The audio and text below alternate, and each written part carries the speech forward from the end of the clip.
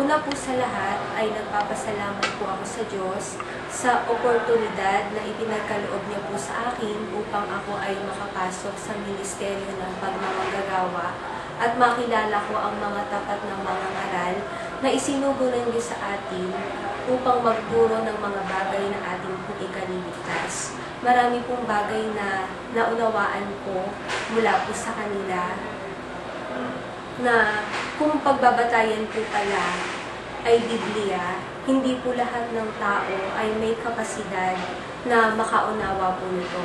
Kahit po yung mga may matataas na pinag-aralan. Kaya, base po sa kanilang pagtuturo, naintindihan ko po na may pangunahing bagay na kailangan para matuto po tayo sa Biblia o meron pong giya na itinuturo ang kasulatan. Kaya po nang sinasabi sa 4 at 7 na ang karunungan ay pinakapangulong bagay. Kaya't kunin mo ang karunungan, oo, sa lahat mong kukunin ay kunin mo ang unawa.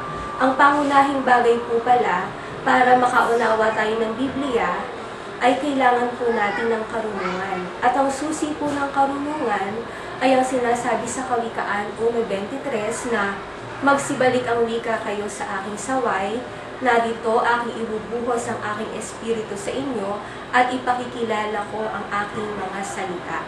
Kaya para matuto po tayo at magkaroon tayo ng karunungan, kailangan magsibalik tayo sa saway ng Panginoon at magkaroon po tayo ng pagkatakot sa Panginoon. Pero it doesn't mean po na common naka-acquire na po tayo ng karunungan ay magpapalalo na po tayo or magmamataas po tayo dahil ang batas po sa isang nagmamanggagawa hindi po dapat na Panginoon kundi kailangan ay alipin.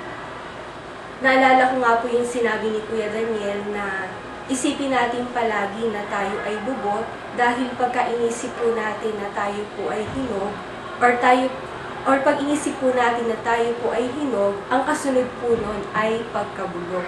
Meron naman pong ipinagkaloob ang Diyos na sugo sa bawat isa po sa atin para magpaunawa ng mga bagay na hindi po natin naiintindihan.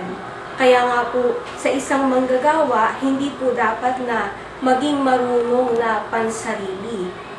May kani-kanya pong kaloob na ibinigay ang Diyos sa bawat isa po sa atin. Kaya ang kailangan po natin gawin para hindi po tayo mapahamak, yung itinuturo po sa banal na kasulatan na tumalima tayo sa namiminuno po sa atin at lubos natin silang pakamahalin sa pag-ibig. At tandaan po natin sa kapanahunan po natin ito, marami po talagang mga mangangaral na nagsisilitawan ng mga hidwa or mga bulaang mangangaral na magliligaw ng marami. Kaya nga po ngayon, lumitaw po si Willie Santiago. Makikita nga po natin sa kanya na mali-mali yung kanyang mga itinuturo, wala po sa Biblia. Nakita natin kung papaano lumaban siya sa ating po mga mangangaral. Ang manggagawa, may sinasabi po sa Biblia na ang manggagawa hindi po kaaway ng kapwa manggagawa. Ang manggagawa hindi po Panginoon kundi alipin. Kaya nagpapasalamat po ako una po sa Diyos dahil sa pagmamanggagawa ko po, marami po kong bagay na natutunan na isang manggagawa po pala, kailangan iniingatan ng pananampalataya at ang mabuting budhi.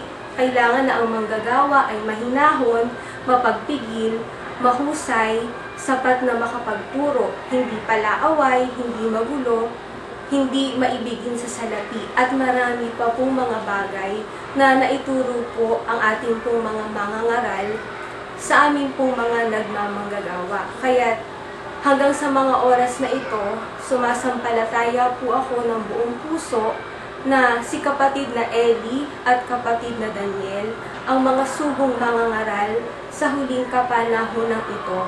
Salamat po sa Diyos sa kanyang kaloob na hindi masabi.